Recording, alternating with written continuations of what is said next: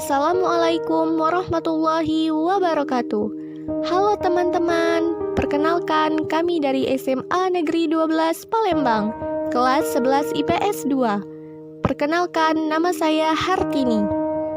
Dan saya Bella Sapira. Baiklah, pada kesempatan kali ini kami akan menyampaikan materi mengenai integrasi sosial. Silahkan disimak ya. A. Definisi integrasi sosial. 1. Integrasi sosial. Integrasi berasal dari bahasa Inggris yaitu integration, yang artinya pembauran hingga menjadi kesatuan yang bulat dan utuh. Dalam Kamus Sosiologi, Haryanta 2012, integrasi sosial merupakan proses penyesuaian di antara unsur-unsur sosial yang berbeda-beda, sehingga membentuk suatu kesatuan masyarakat yang serasi. 2. Integrasi bangsa.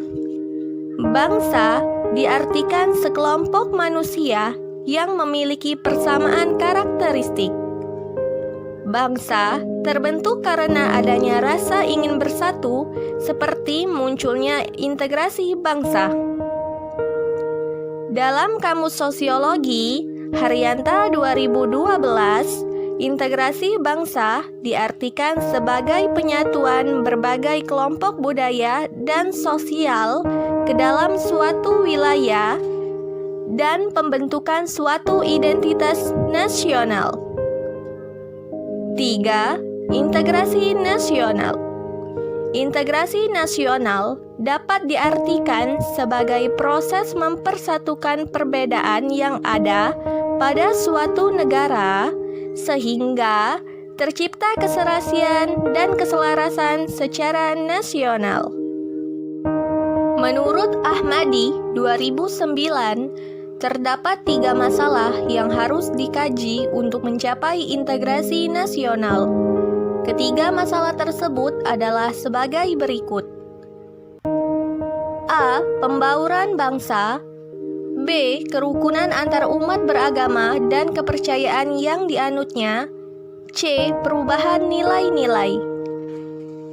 Menurut Ranjabar 2013, terdapat faktor-faktor pendorong integrasi nasional adalah sebagai berikut. A. Adanya perasaan senasib dan sepenanggungan. B. Munculnya rasa cinta tanah air.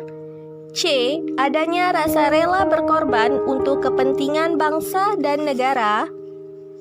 D. Berkembangnya budaya gotong royong yang menjadi ciri khas bangsa Indonesia. E. Adanya simbol kenegaraan dalam bentuk burung Garuda Pancasila dengan semboyan Bhinneka Tunggal Ika. F. Adanya keinginan untuk bersatu di kalangan bangsa Indonesia. 4. Integrasi budaya. Integrasi budaya merupakan perpaduan unsur-unsur kebudayaan yang saling berbeda sehingga menghasilkan keserasian fungsinya dalam kehidupan masyarakat. Unsur-unsur kebudayaan tersebut dapat berupa bahasa, sistem pengetahuan, organisasi sosial, sistem peralatan hidup dan teknologi, sistem mata pencaharian hidup, sistem religi, serta kesenian.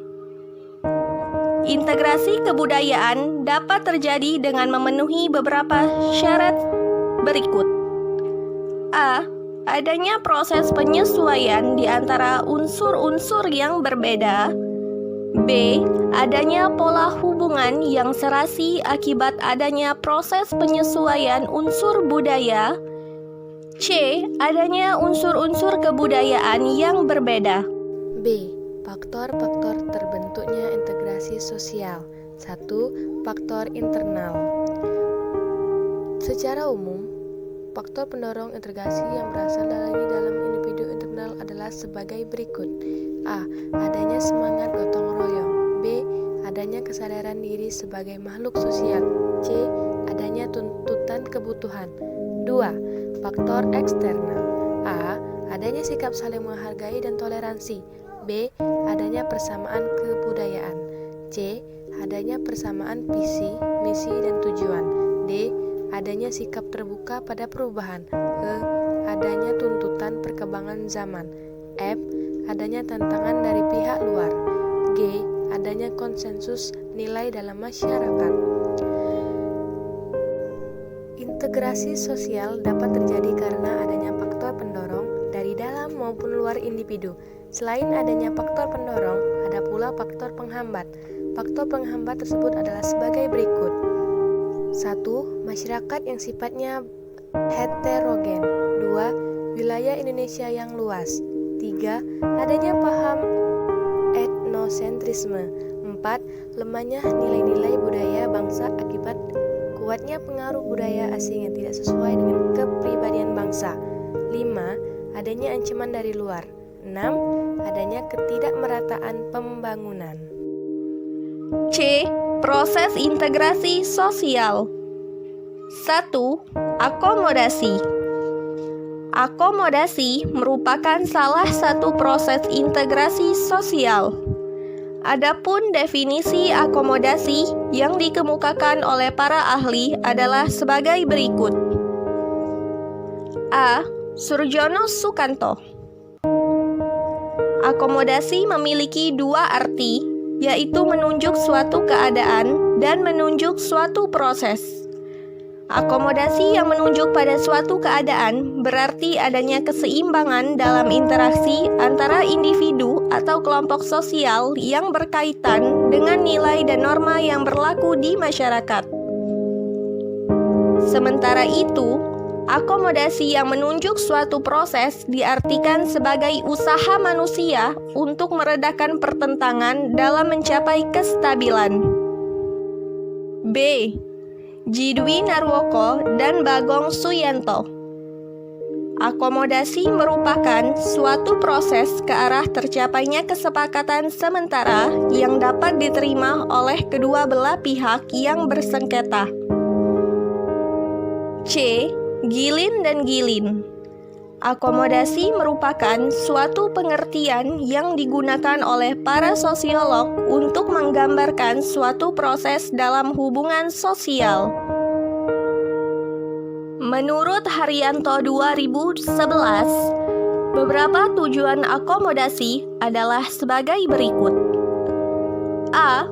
Untuk mengurangi pertentangan yang terjadi pada individu maupun kelompok. B. Sebagai tempat untuk meleburkan antara kelompok-kelompok yang terpisah. C. Digunakan untuk meningkatkan kerjasama antara individu maupun kelompok.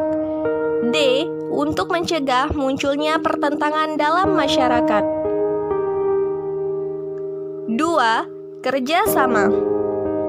Dalam Kamus Sosiologi, Haryanta 2012, kerjasama merupakan bentuk interaksi yang terjalin antara individu atau kelompok yang berusaha untuk mencapai tujuan bersama. Kerjasama berawal dari kesamaan orientasi dan kesadaran dari setiap anggota masyarakat.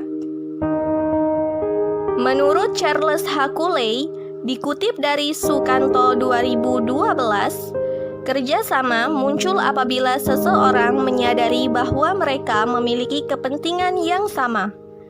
Selain itu, pada saat bersamaan, mereka memiliki pengetahuan dan pengendalian terhadap diri sendiri untuk memenuhi kepentingan-kepentingan tersebut. 3. Koordinasi. Dalam Kamus Sosiologi, Haryanta 2012, koordinasi merupakan pengaturan secara sentral untuk mencapai integrasi dengan mempersatukan individu maupun kelompok agar tercapai keseimbangan dan keselarasan dalam hubungan di masyarakat. 4. Asimilasi. Asimilasi merupakan sebuah proses sosial yang ditandai dengan adanya usaha-usaha dalam mengurangi perbedaan-perbedaan yang terdapat antara individu maupun kelompok untuk mencapai tujuan bersama. Menurut Narwoko 2010, Proses-proses asimilasi akan tumbuh apabila A. Adanya perbedaan kebudayaan antara kelompok manusia yang berada pada waktu dan tempat yang sama. B. Adanya pergaulan secara intensif dalam jangka waktu yang lama. C. Adanya penyesuaian kebudayaan di antara kelompok-kelompok tersebut. Sementara itu, menurut Sukanto 2012, ada beberapa faktor yang dapat mempermudah terjadinya asimilasi di masyarakat, antara lain sebagai berikut. A. Toleransi.